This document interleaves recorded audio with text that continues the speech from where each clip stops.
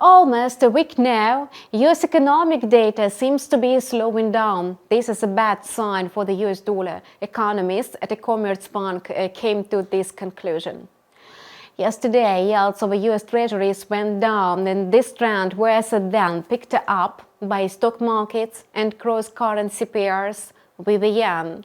This pullback was largely due to ongoing geopolitical jitters in the Middle East. As the market sentiment on Wall Street turned sour, the SP 500 entered the bearish territory. As a result, the index, viewed as a barometer of the stock market's health, lost almost 1%, closing the New York session yesterday. And today, the SP 500 regained the loss and even entered a consolidation stage at about 5,095. Amid cautious market sentiment, the S&P 500 has resistance at 5,150 and support at 5,052. However, although it may seem the US economy remains on a sound footing, inflation is expected to loosen its grip, thus giving the Federal Reserve enough leverage to decide on a monetary easing. All assets, such stocks, cryptocurrencies, and a housing are rising in value on the back of a stubborn inflation in the United States.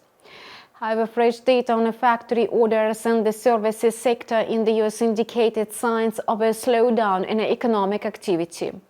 For example, the services sector PMI by the S&P Global published yesterday fell to 52.6 points in February from 53.4 points a month earlier, which is the strongest reading in 4 months. The US Composite PMI by the S&P Global was upgraded to 52.5 in February from a preliminary estimate of 51.4. The index was 52 points in January.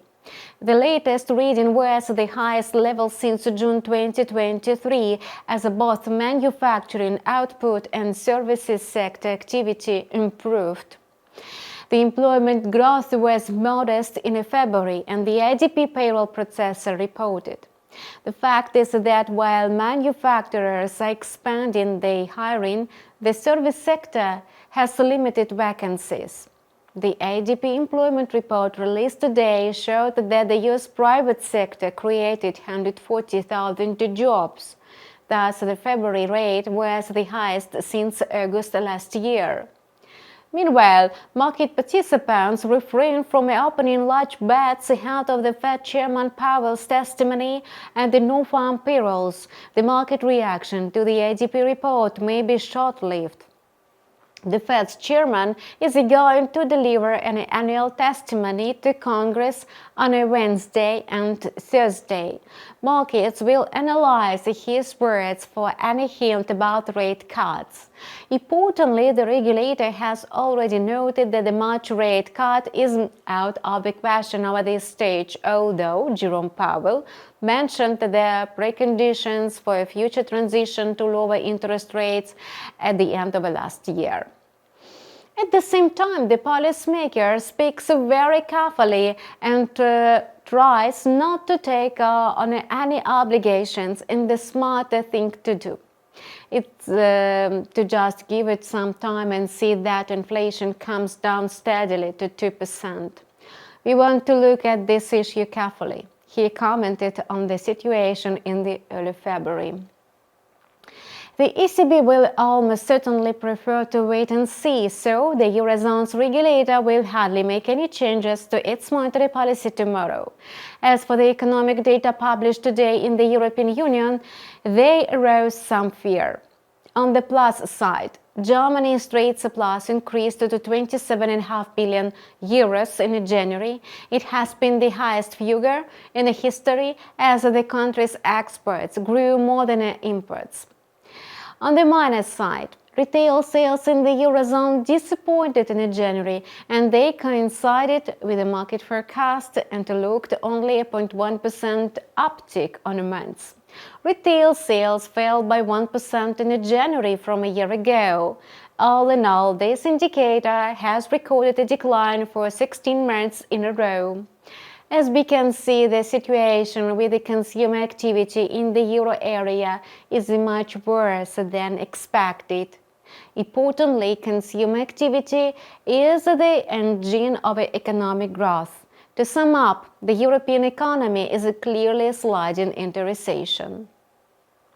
Surprisingly, after the publication of this week's data, the euro, on the contrary, moved up in confidence. Most likely, the manner is in the employment data published today in the United States, which prefaces the official employment data due on a Friday. From the market point of view, the non-farm payrolls are much more significant even for forex. At the same time, employment forecasts in the United States are extremely negative. Thus, the euro grew as the market has already priced in the poor employment data in the United States. And after the publication of the non-farm payrolls on a Friday, the greenback's further weakness will no longer be so notable.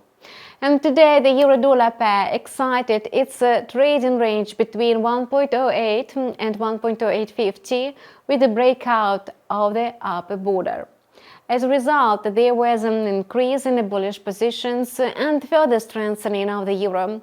If the euro extends the uptrend, the euro-dollar pair is likely to reach at least the round level of 1.09, and the nearest support level has shifted to 1.0850.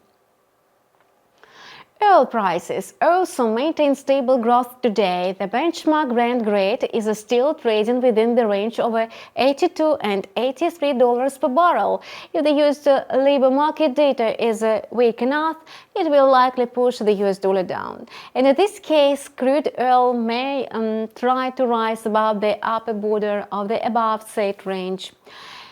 If the Brent price trades in the corridor of $81.5 to $84, analysts expect the price to stick to the upper border of this corridor. You have watched the market review by InstaForex analyst for Wednesday, March 6. Subscribe to InstaForex TV channel and we keep you updated on recent market developments. Don't miss our videos. Your feedback is appreciated. See you online tomorrow.